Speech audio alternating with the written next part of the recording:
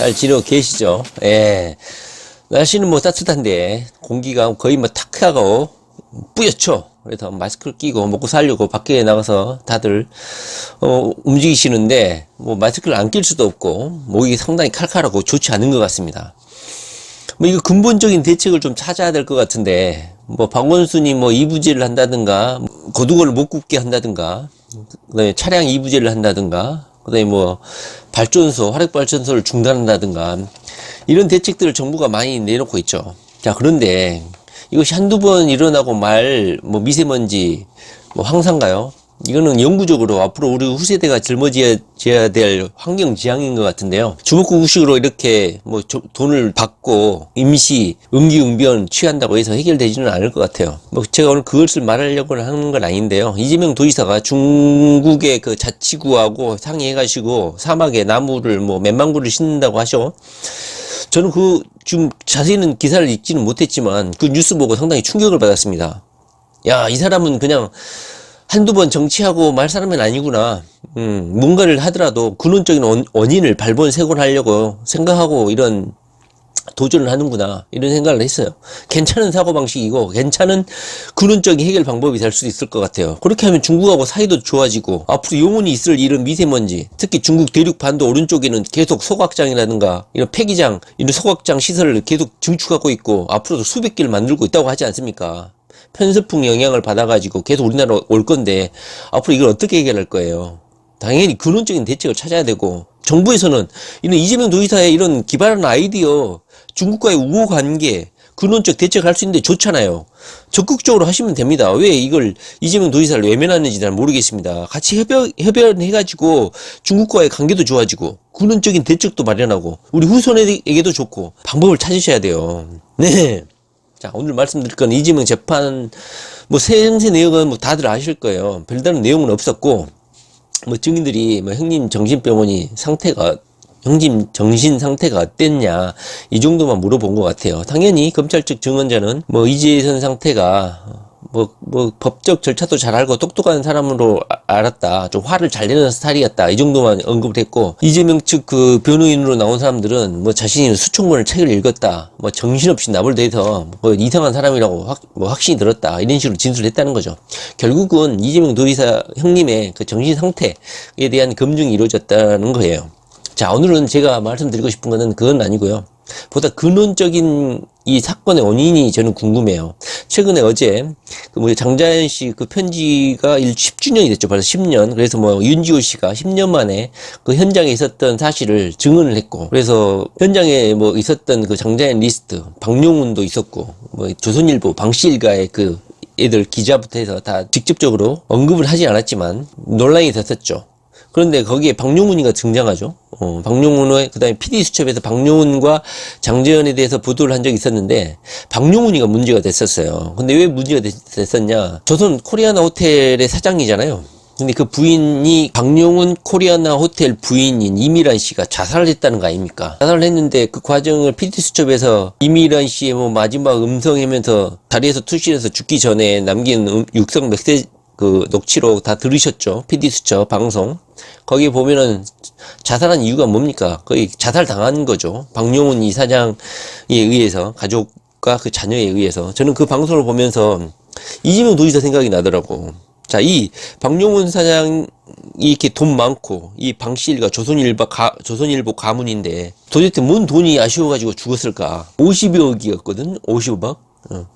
이 박용훈 코리아는 호텔이야. 이 호텔 서울 거기 한 복판에 호텔에 몇천억대 건물을 갖고 있는 뭐 자산이 뭐 그 정도밖에 안 되겠어요. 재산이 많을 건데 그 20 몇 년 전에 준 50억 때문에 그 이미란 씨 박용훈 그 사장의 부인을 뭐 재산 상속을 했는데 왜 돈을 써버렸냐, 돈 돌려달라.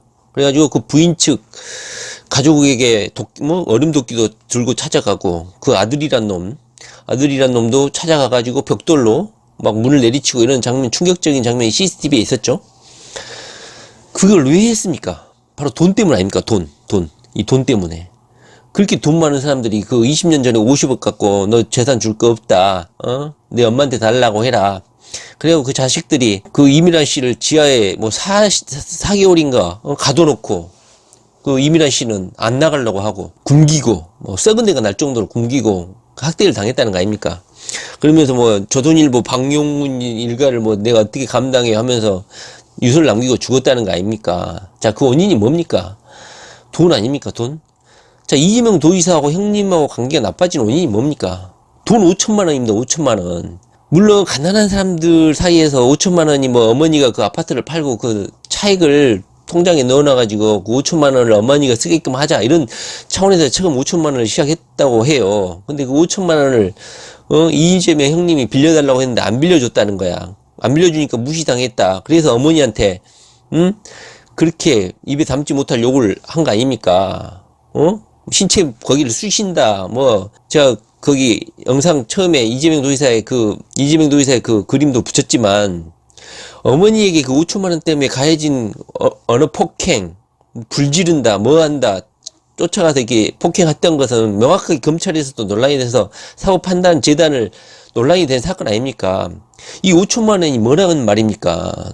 부모보다도 돈이 중요하단 말입니까? 이 박용훈 사장의 그 50억. 이 돈은 그 사람들한테 뭐 큰 돈일 수도 있겠죠. 그리고 이재명 이 집안에서 5천만 원. 물론 그 박용훈 그 집안 정도의 가치가 있는 돈일 수도 있겠어요. 그러나 그 놈의 돈 때문에 가족이 이렇게 자녀들이 자기 부모를 자기 신을 낳아준 부모한테 그렇게 정신병원에 가두려고. 자, 여기서 정신병원 문제가 나오는데 20년 전이면요 이런 개인 사설병원에 의해서 강제 입원된 케이스가 많아요. 저 보세요. 이 정신질환자도 아니야. 그런데 강제 입원을 시켜버리는 거야. 이렇게 부인을. 이 시도를 한 거 아니에요. 사설업체에. 이걸 막기 위해서 정신보건법이 생긴 거예요. 아셨어요? 이 법의 취지를 막기 위해, 이런 오남용을 막기 위해서 지방자치단체장이 사전에 의심자 이런 개인 사적인 정신 강제 입원을 막기 위해서, 그 다음에 거기에 플러스 공공의 이용을 발생시키는 여의도 그 차량 질주같이, 그것도 저도 한번 찾아봤어요. 거기 뭐 1992년 8월 16일인데 이봉주라는 사람이야. 35살. 이 정신질환자가 스텔라 택시 있죠. 나이 드신 분들은 스텔라 아시죠? 스텔라 뭐 단종이 됐지만 그 차 타고 여의도를 질주해가지고 22명이 부상이 당해가지고 1992년에 이 논란이 크게 됐단 거야. 그래서 1995년에 이 법이 제정된 거야. 지방자치단체장이 확진자는 아니지만, 정신병질자 확진자는 아니지만 이런 행동을 보임으로써 의심자가 발생을 하면 지방자치단체장은 이 사람을 전문의 진단을 받을 수 있도록 임시 조치할 수 있는 이 법 조항을 만들게 된 거야. 그래서 이재명 도지사가 어제 오늘 트위터에 올린 그 신문 기사가 바로 그거 아닙니까? 이게 평가 입원. 당시에는 이 사람이 의심질환자인지 아닌지, 정신질환자인지 아닌지, 확진이 아니지만 이 사람을 진단할 수 있도록 정신질환 의심자를 대상으로 해서 치료 입원을 할 수 있도록 이 평가 입원이라는 제도를 만들지 않았습니까? 물론 그것이 나중에 명칭이 진단 입원으로 바뀌어졌고, 현재 그 논란이 되고 있는 이재명 도지사 형 정신병 관련 문제가 되고 있는 진단 입원에 관련된 문제 아닙니까? 그래요. 다시 말하면 박용훈 일가가 50억 때문에 가족이 문제가 이렇게 어그러졌어. 그리고 자식은 어머니를 이렇게 가두기 위해서 강제 입원시키려고 4명이 달라붙고, 이렇게 자식들이 자기를 낳아준 부모를 강제로 끌고 가고, 엄마는 소파에 잡고 있고 안 가려고 하고, 그런데 끄지고 가면서 뭐라고 하냐. 제가 가장 섬찟했던 게 뭡니까? 이 손목 잘라버리라고. 자, 보십시오. 자기를 낳아준 생모의 손을 잘라갖고 강제로 정신병원에 입원시키려고 지하실에 가두고, 지하실에서 먹을 것도 안 주면서 1층에서는 파티를 하고 있고 하면서, 그 자신을 낳아준 그 부모 입장에서는 속이 문드러지고 얼마나 좌절했겠습니까? 거기서 무너졌다는 거 아닙니까? 부인이, 이미란 씨가. 자녀들이 그런 폐륜을 저질렀어요. 이재명 형님 보세요. 그 5천만 원, 그 돈, 그 몇 푼이나 됩니까? 자기가 준 돈도 아니야. 자기가 5천만 원을 벌어서 엄마한테 맡긴 돈도 아니야. 어머니 돈이야. 그런데 그거 하나 안 줬다고 어머니 그걸 쑤신다, 불지른다, 죽인다. 이게 사람이 할 수 있습니까? 이거 저는 박용훈 사건 이걸 보면서 이놈의 돈이란 게 뭔가, 돈이 이렇게 천년을 무너뜨릴 정도로 부모님에게 이렇게 막대하고 손을 자르니 쑤시니 이렇게 할 정도로 폐륜적으로 변하게 만드나, 저는 너무너무 안타까웠어요. 이 사건의 원인은 돈이에요. 돈. 이재명 도지사하고 무슨 이재명 도지사는 계속 형님하고의 그 열등감이라든가 형님이 자신에 대한 그런 열등의식 때문에 이런 정신질환 증세가 성격이 변질됐다 이렇게 말하는데요. 이재명 도지사님 들으세요. 형님이 당신 때문에 이런 정신질환이 뭐 성격이 변화되고 이런 게 아니에요. 근본적인 원인은 돈이에요, 돈. 엄마가 왜 나를 돈을 안 주냐. 차별하냐, 자식을. 그러니까 어머니한테 그런 욕을 하고 수신이 이런 한 것 자체가 좀 박용훈 이 자식들 있잖아요. 돈 그렇게 많으면서도 이재선 형님도 마찬가지예요. 자기가 먹고 사는데 지장이 있습니까? 그런데 그 돈 하나 안 준다고 이런 패륜적 발언을 하고 이런 사단을 내고 가족을 파탄내는 이런 지경까지 왔다는 거 아닙니까? 저는 그렇게 생각을 해요. 박용훈 그 이미란 씨도 그 자식을 위해서 그 돈을 썼다고 하는데 자식이 그거 돈 몇 푼 때문에 천륜을 어기고 이런 충격적인 사건을 벌여야 쓰겠습니까? 저는 이재선 형님의 이 정신적 질환 이런 문제 의심이 논란이 되는 것보다도 이재선 형님이 어머니에 대한 했던 그런 말은 뭐 철학적 표현이라고 박인복 씨는 난리를 하는데요. 철학적 표현을 하면 그런 표현을 해도 됩니까? 그게 사람이 할 짓이에요, 부모에게? 똑같은 거예요, 이게 상황이. 제가 봤을 때는 돈이 그렇게 중요한 건 맞아요, 자본주의 시대 때. 그러나 어머니에게 그렇게 행동하는 건 나쁜 것이죠, 패륜적인 것이죠.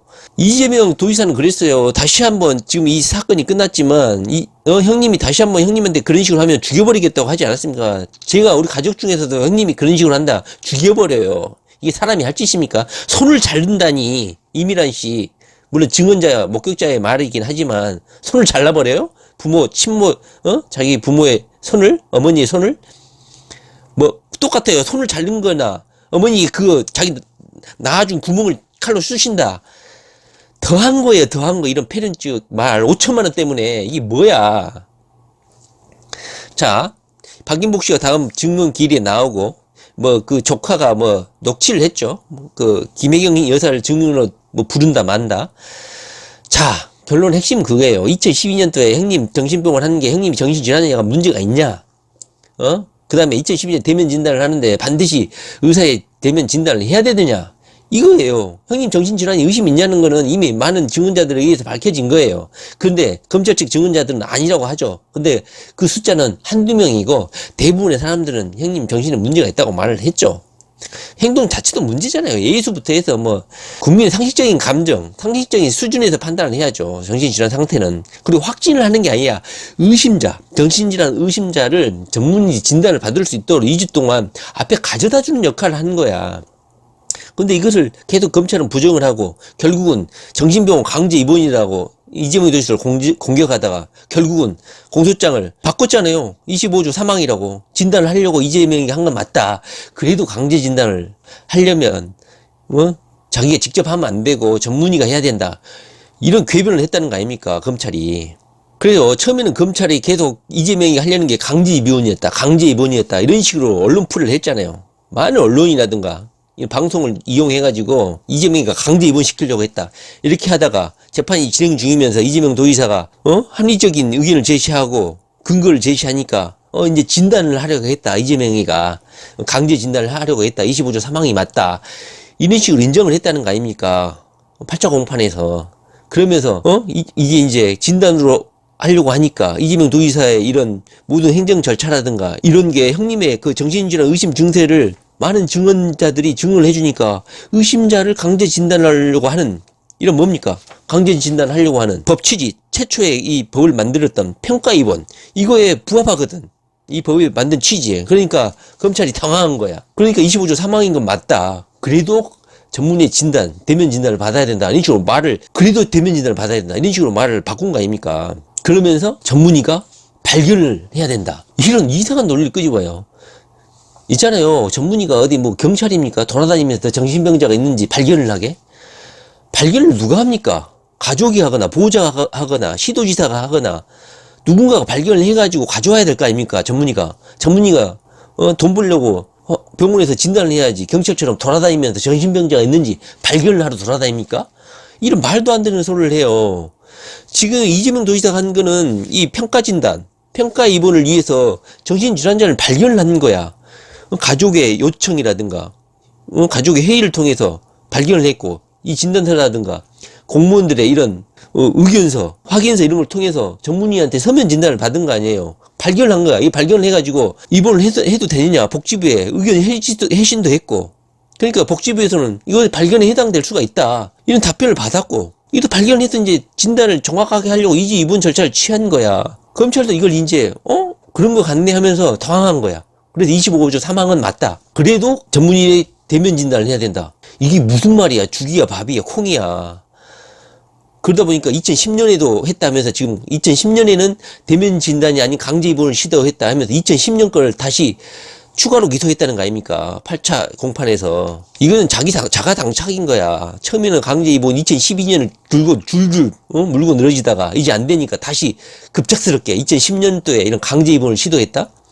2010년도 이걸 거론한 거는 이건 진단도 아니고 강제 입원을 시도했다. 처음 자기 최초 주장을 지금 다시 거론하는 거야. 이것들이. 아주 조잡하고 아주 기회적인 것이죠. 검찰의 이런 행동들이. 자, 앞으로 다음에 이제 9차 공판에서는 박인복 씨가 드디어 등장해가지고 자기 남편 정상이다. 이상 없다. 자, 박인복 씨, 내가 당신하고 당신 남편이 녹취하고 욕설 유도하고 이재명이한테 유도하고 이런 녹취 다시 한번 여기 틀어줄까요? 남편이 그러죠. 당신한테 씨발년 이렇게 말하는 녹취 들려드릴까요? 이렇게 당신의 형님의 동생 가족 간을 그 5천만 원 때문에 이렇게 난리 법석을 피워야 됩니까? 저는 박용훈 이 코리아나 호텔 사장을 보면서 이 돈이 뭐길래 이렇게 가족을 파탄을 시켜야 되나 하는 생각이 들어요. 먹고 살만하지 않습니까? 가족 우애 있게 지내면 안 돼요?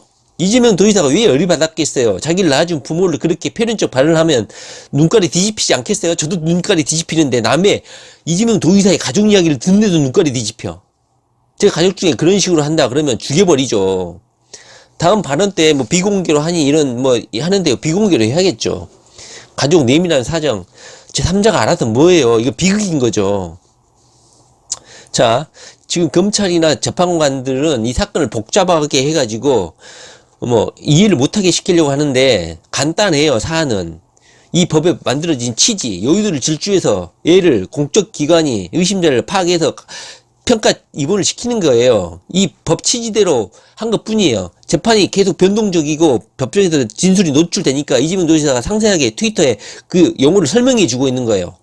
자, 수도 카메라 때문에 중단하겠습니다. 자, 이재명 도지사에게 의원을 계속 보내주셔야 됩니다.